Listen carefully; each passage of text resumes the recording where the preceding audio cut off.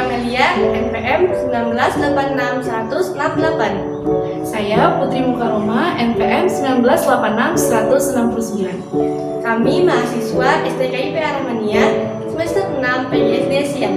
Hari ini kami akan membuat video tentang dua ilmuwan, yaitu ilmuwan klasik dan ilmuwan modern, untuk memenuhi tugas video dari mata kuliah Kajian Islam dan Sains dengan dosen pengampu Bapak Taufik Lubis, MPD.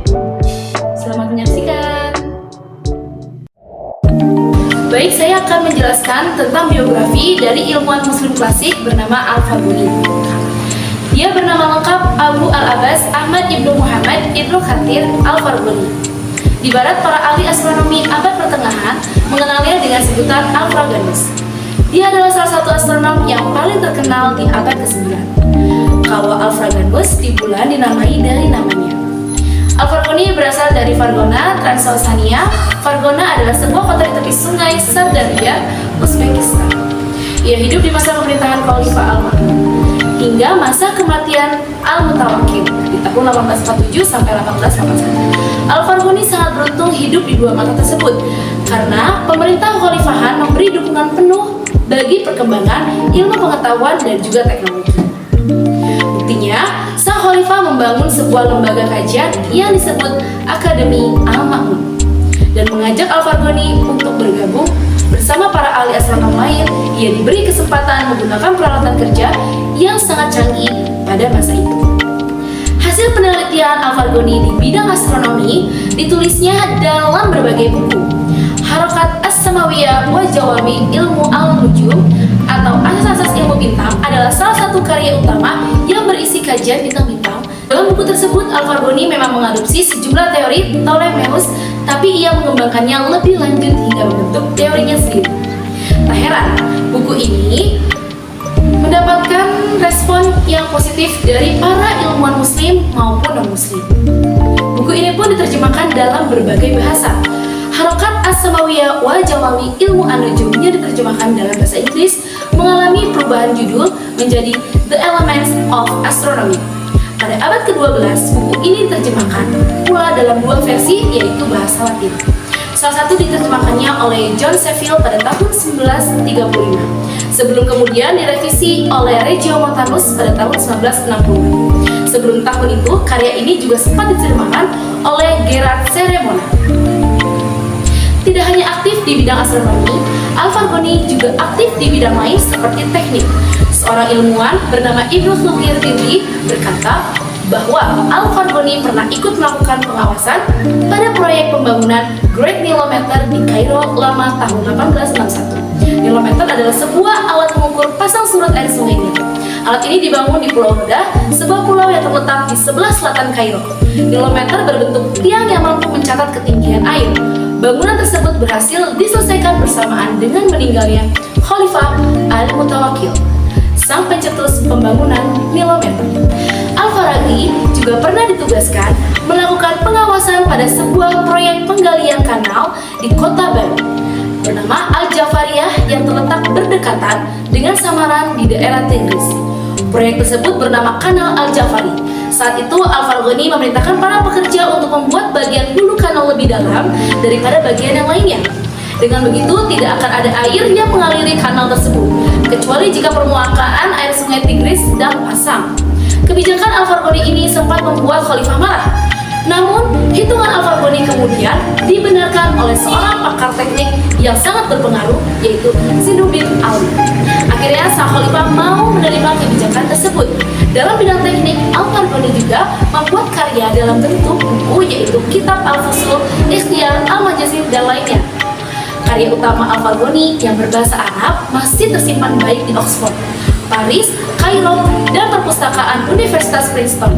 Atas nama dan jasanya yang begitu banyak, nama Al-Farbuni dikenal sebagai salah satu perintis astronomi modern.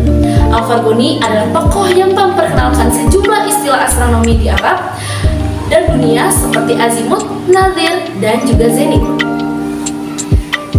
Baik, selanjutnya ilmuwan modern akan disampaikan oleh Putri Amelia.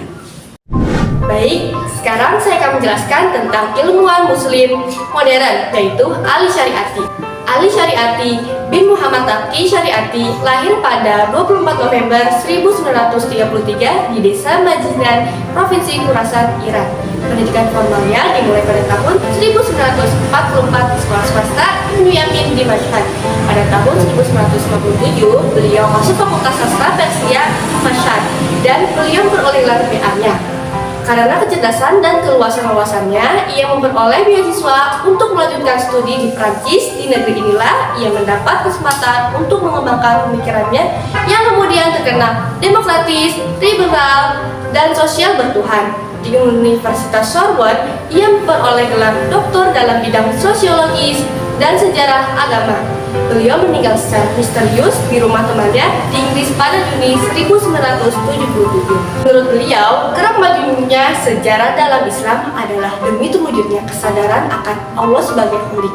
Baginya, proses transformasi dialektis merupakan kunci bagi perkembangan sosial dan sejarah. Lebih jauhnya, Syariati berpendapat apabila ingin menganalisis suatu kegiatan ideologi, filsafat, agama, revolusi dalam sejarah umat manusia, maka ada 3 hal pokok yang tidak dapat esensinya. Pertama adalah perihal cinta dan mistisisme, kedua perihal kebebasan, dan ketiga perihal pengupayaan keadilan sosial. Adapun perihal kebebasan, Syariati berpendapat bahwa kebebasan individu merupakan kebebasan parsial. Kemudian dengan pengupayaan keadilan sosial, menurut Syariati, merupakan suatu yang diidamkan masyarakat. Menurutnya, sistem yang dapat memberikan persamaan dan keadilan sosial adalah sosialisme yang mungkin tidak dapat disamakan dengan sosialisme yang diidolakan oleh Karl Marx.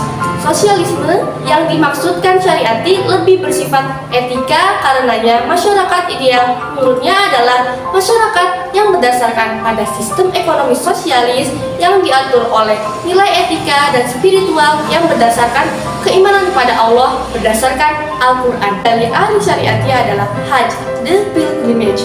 Bagi Syariati, ibadah haji adalah evolusi manusia menuju Allah Subhanahu wa Ta'ala. Ibadah haji sebagai sebuah pertunjukan tentang penciptaan, sejarah, keesaan, ideologi Islam, dan ummah.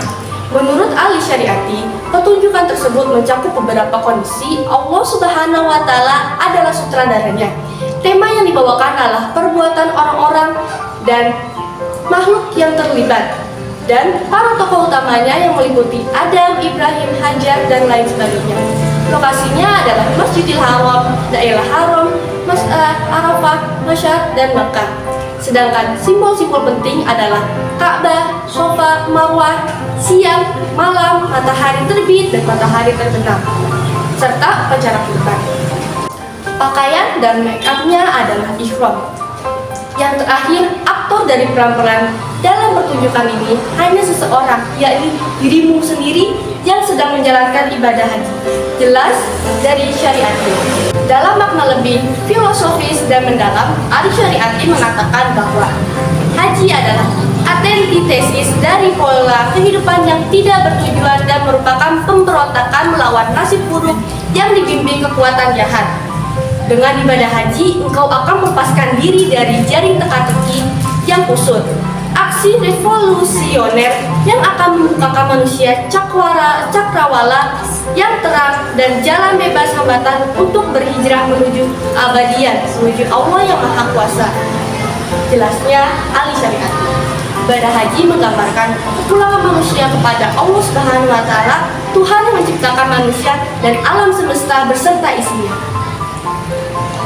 Pulang pada Allah menuju suatu gerakan yang pasti menuju kesempurnaan, kebaikan, keindahan, kekuatan, pengetahuan, nilai-nilai, dan fakta-fakta dalam perjalanan menuju keabadian. Tidak pernah mendekati Allah karena Dia hanya memberi petunjuk yang benar dan Dia bukan tujuan perjalananmu. Seorang muslim berjuang untuk mendekati Tuhan yang Maha Kuasa. Tegas ahli Syariati. Cukup sekian dari saya, kurang lebihnya mohon maaf.